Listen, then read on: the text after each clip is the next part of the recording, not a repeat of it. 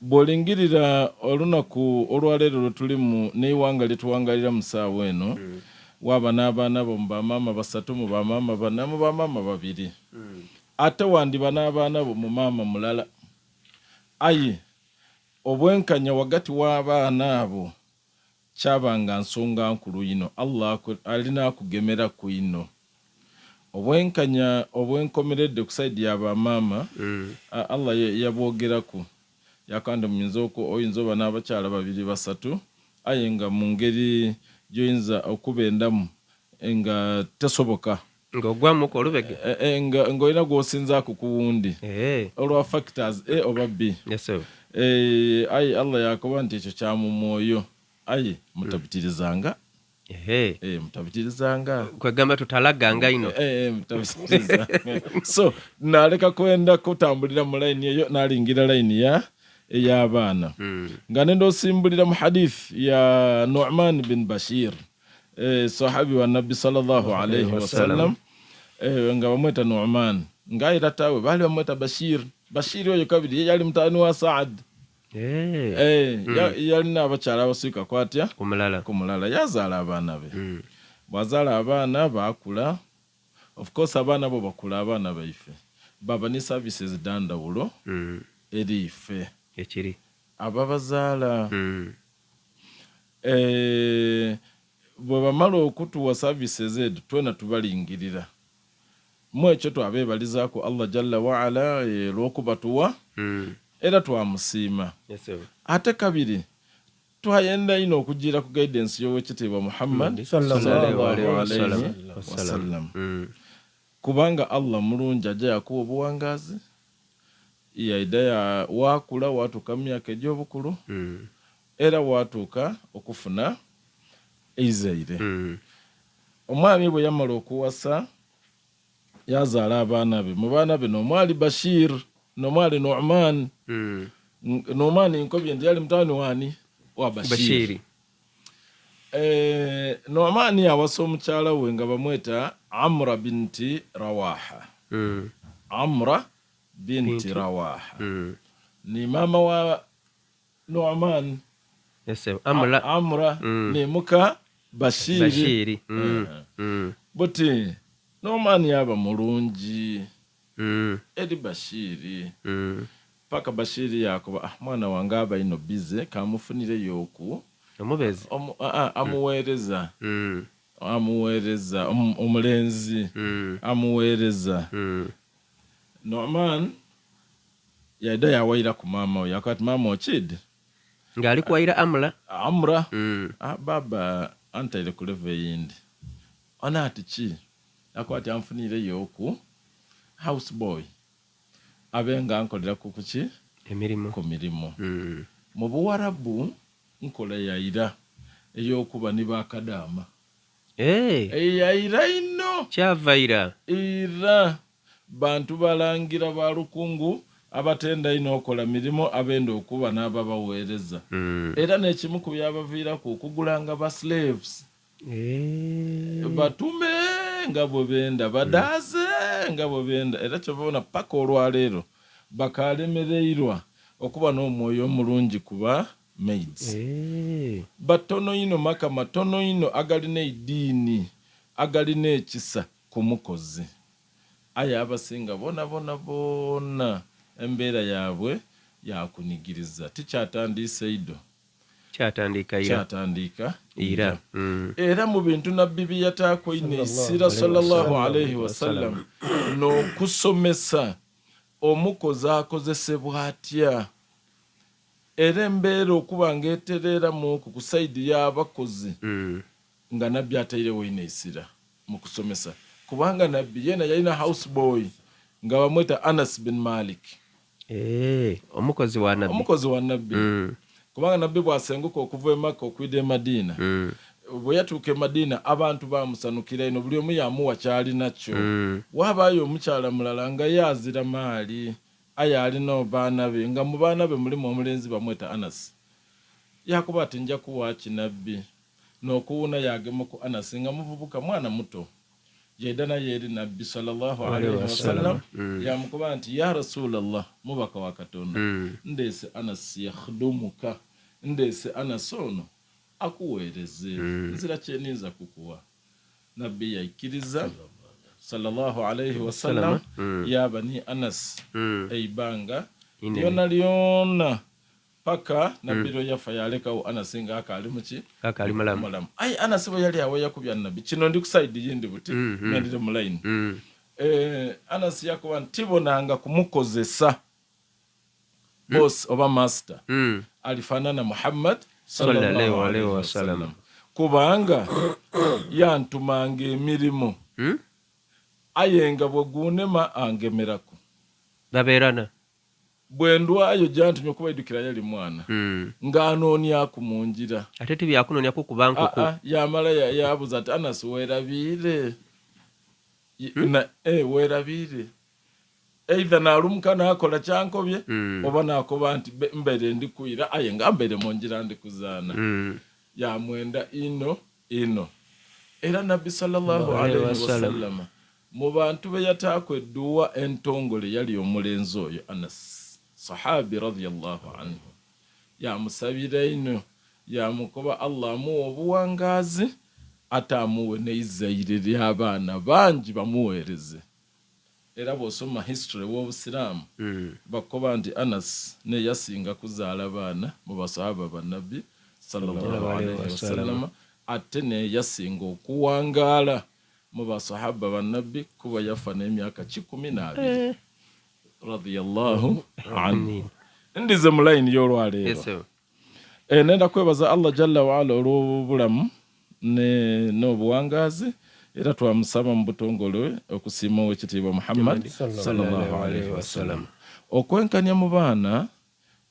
kintu kikulu ino tikyeyendera yeiteeka kubanga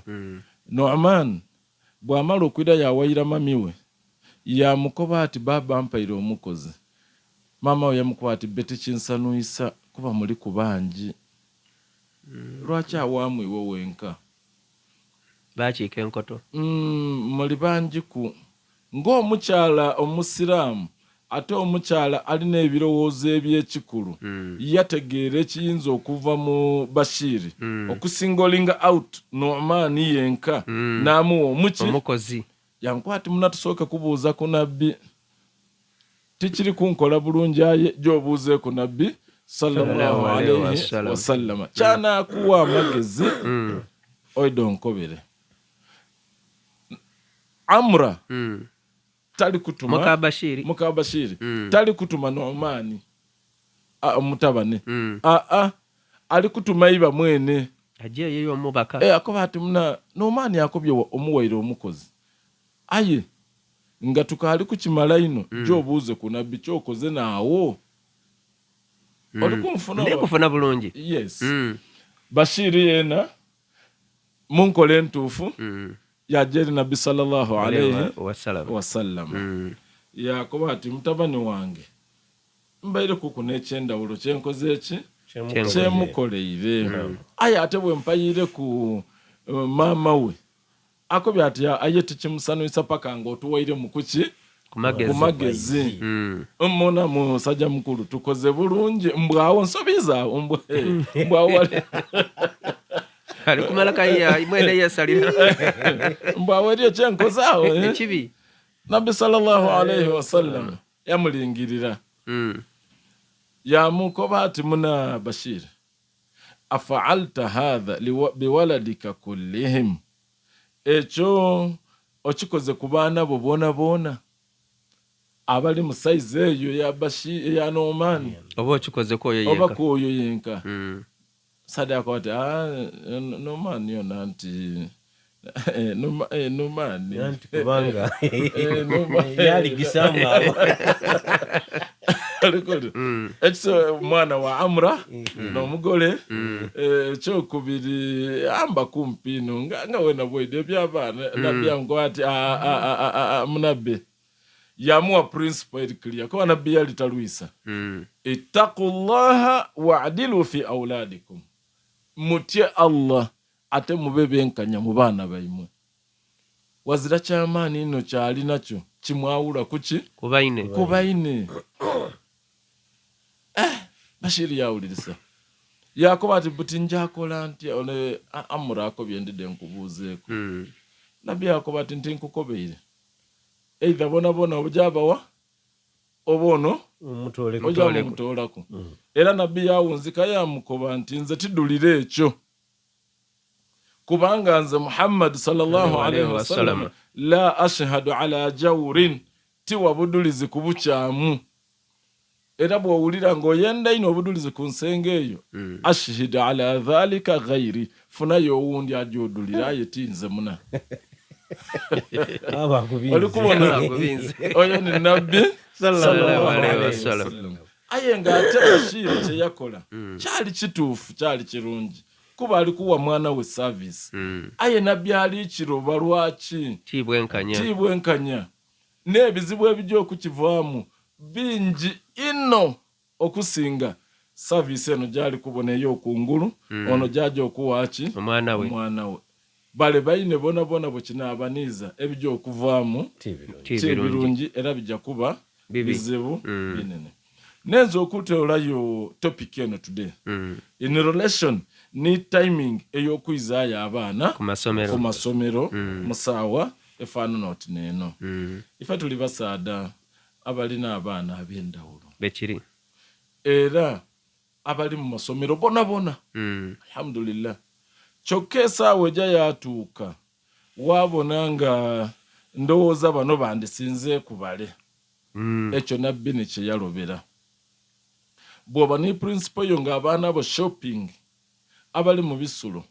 ba mitwalo 2 3 bona buli muntu ameka 3 okutoola ku maybe abalina extra costs ku bintu byabwe ebiri special needs byebenda kubanga omwana wange omulenzi asoma senior 4 aba wandawulo ku mwana wange omuwala asoma senior 4 bekiri therefore nsobola okusinza kumuwala by some token 50 100 ku mulenzi olw'okuba mu buwala eriyo ebigwati biraze era ayina ebintu bye byayenda olw'obutonde bwe ng'omwana omuwala noono omulenzi yeena waira alina byayenda aye nsobola okuba ni limit ate naaba kiriya nakuba nti ono ndi kumuwa kino olw'ensonga eno neeno wena oba okyenda nkikuwa oba okikozesa